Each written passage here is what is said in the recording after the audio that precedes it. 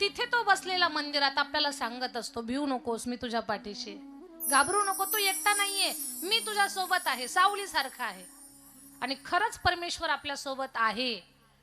तो सावली सारखी आपली काळजी घेतो. तो कधीच आपल्याला एकटं सोडत नाही. पण आपण तेवढ्या विश्वासानं राहत नाही. आपल्याला तेवढा विश्वास नाहीये की खरंच देव आपल्या मागे पुढे असेल का. आहे तो आपल्या सोबत आहे. सत्संगामुळे आपला काय फायदा होतो.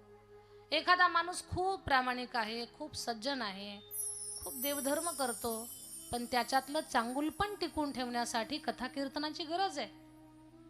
कथा कीर्तन म्हणजे झाडाला खत पाणी घालण्यासारखं आहे. नाहीतर हे जग जाहिरातीचं आहे. आता एक पाहिलं की लगेच दुसरी जाहिरात, लगेच तिसरी. माणूस स्थिर राहू शकत नाही.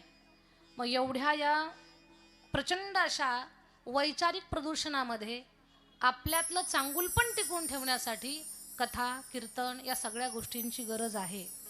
याच्याशिवाय आपल्यातली सुप्त सात्विक जे गुण आहेत ते टिकून राहू शकत नाही. आपल्यातली जी नामनिष्ठा आहे, संतनिष्ठा आहे, सत्संगाबद्दलची जी निष्ठा आहे ती त्याच्याशिवाय टिकणारच नाही.